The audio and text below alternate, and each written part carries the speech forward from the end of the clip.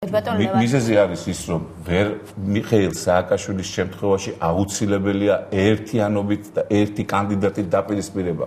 მე კიდევ ერთხელ ვიძახი, მიუხედავად ჩემი სიმპათიისა თუ ანტიპათიისა, ბატონ ზურაბ ნოღაიდელისადმი. ზურაბ ნოღაიდელი მე უფრო ნაკლები მტერი მგონია საქართველოსთვის დღეს, როდესაც ის აწერს, თქვათ იგივე ირაკლი ალასანიას ლიდერობას ხელს, ვინმე მიხეილ სააკაშვილი. ამ ქვეყნის ყველაზე დიდი მტერი, ამ ქვეყნის მომავლის ყველაზე დიდი მტერი მგონია მიხეილ სააკაშვილი.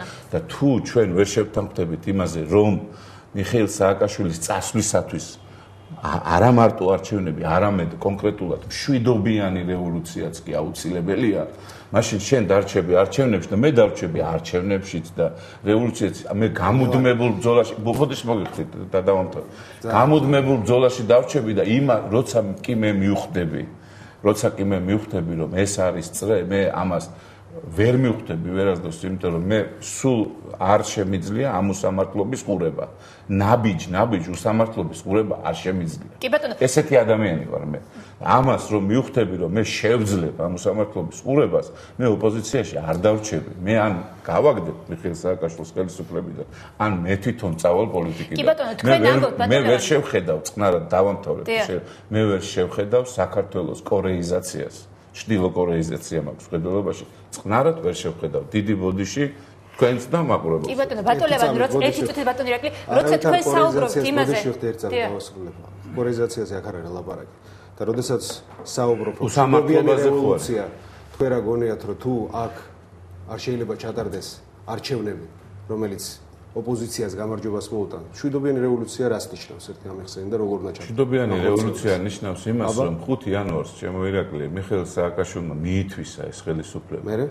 5 იანვარს მიხეილ სააკაშვილმა გაბედა გაუბედავი და ამერიკელებმა ყველას ქართულ ხალხს ბოდიში და შეურაცხყოფა მიაყენეს და ეს არჩევნები მას გაუფორმეს. ეს იყო ესე. მომავალზე რას ნიშნავს მომავალში მშვიდობიანი რევოლუცია? ამიტომ აღარ უნდა დაუშვათ ჩვენ მსგავსი.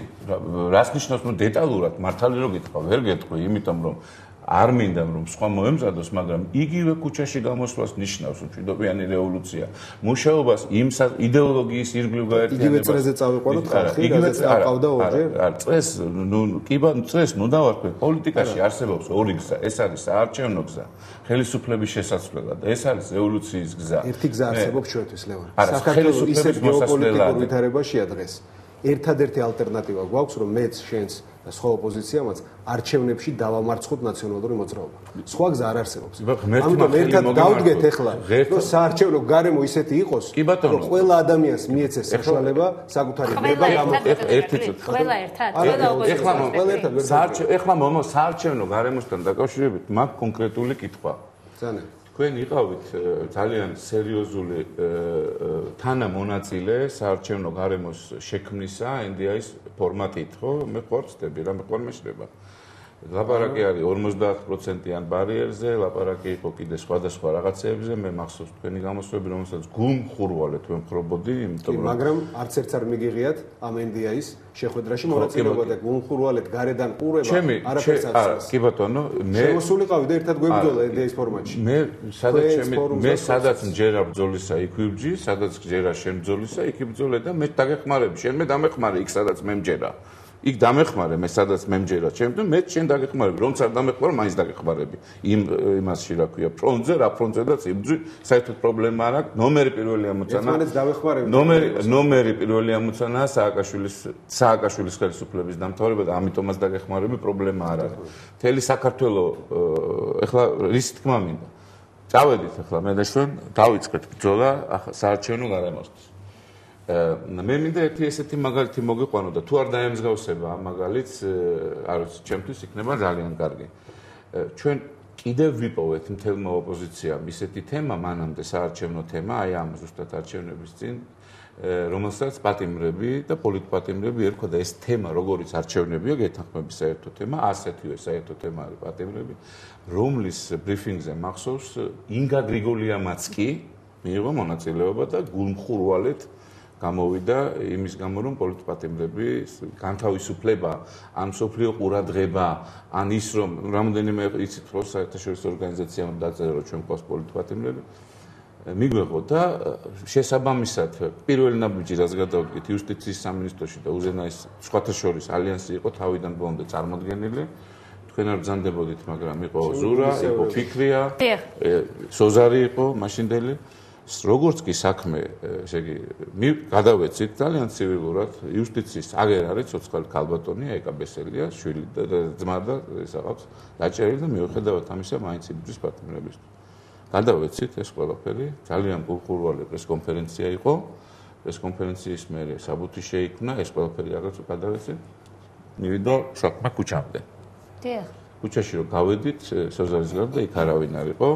ინგრა გრიგოლიაზე და იმაზე ალიანსზე არ მაქვს ანუ ისეთ მაგიდათ ამით ბატონო მე მის თქმა მინდა რომ მე ბრძოლა გავაგრძელე იმიტომ რომ მე როდა ვერ დავინახე ვერც ცივილური გზით ვერც მოლაპარაკებით ვერც საბუთის გადაცემით ვერც ევროკავშირის მე იცით რა არის და ალიანსმა ამ ბრძოლას რატო გამოუცხადა უარი თქვენ როგორ ფიქრობთ ანუ შორს დაიჭირა თავი ამ ბრძოლისგან ირაკლი ალასანიამ თვითონ თქვა რომ მის წარმატებას მიაჩნია საზოგადოების კუჩიდან სახლში შეყვანა ირაკლი ალასანიას ქუჩას როგორც პოლიტიკური ბრძოლის მეთოდს არ იხილავს, მე ესე მგონია, თუ იხილავს, ორივე ხელით მივესალმებ. მაგრამ იყო ეს ქუჩა გამოყენებული რამდენჯერმე და არ გაამართლა, სწორედ ამაზე საუბრობდა ირაკლი. გასაგებია, მაგრამ ამას თუ დავარქმევთ, რომ ეს არის მაშინ ერთი და იგივე წრეზე შეარული. თავარ ფორმად ეგ მიგაჩნია. მაიმაჩნია ერთ-ერთი დამხმარე აუცილებლობის შემთხვევაში.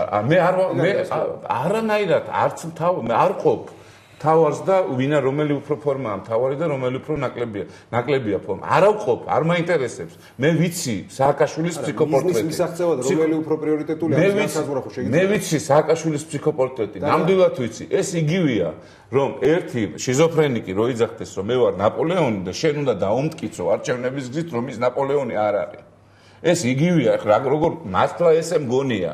ესე მგონია გულწრფელად ესე მგონია და ამიტომ ერთადერთი ნაპოლეონს დაუმტკიცოთ რომ ჯარი არ აკავს ხო ეხლა ჩემო კარგო ირაკლი იმ არჩევნებში რომელშიდაც ჩვენ მიიღე მონაწილეობა რომელშიდაც მიიღე ეს არის 3 წლის ქუჩის სისხლის და ოფლის ფასად მოტანილი მერის პირდაპირ არჩევნები რომელიც ამ არასდროს არ იყო ამაზე მიშა ხელს არასდროს არ აწერდა იმიტომ რომ ის ავად სახსენებელი ჩემი 44% თუ გაერთიანებული ოპოზიციის არ აქვს მნიშვნელობა არც მაინტერესებს ემის რა ქვია არაძინებდა მთელი ღამე იმიტომ რომ ეშინია იმ ბერკეტის დაკარგვა რა ბერკეტის მე აიღებს და გაუშვებს პირდაპირ ციხეში ან საგიჟეში ეს არის პრობლემა ლევან შენი პრობლემა რა არის შენი კი არა ზოგადად ნაწილის ოპოზიციის რომ შენს მიშას მსგავსად მიშა მთელ თავის სტრატეგიას აღებს პუტინზე პუტინი რა სიტყვის პუტინი რა სიზამს პუტინი როგორია და ამან შენც ახლა თავარ მთელ სტრატეგიას აღებ როგორია მიშა მოდი ჩვენ როგორი ვართ და აქედან გამომდინარე დავგეგმოთ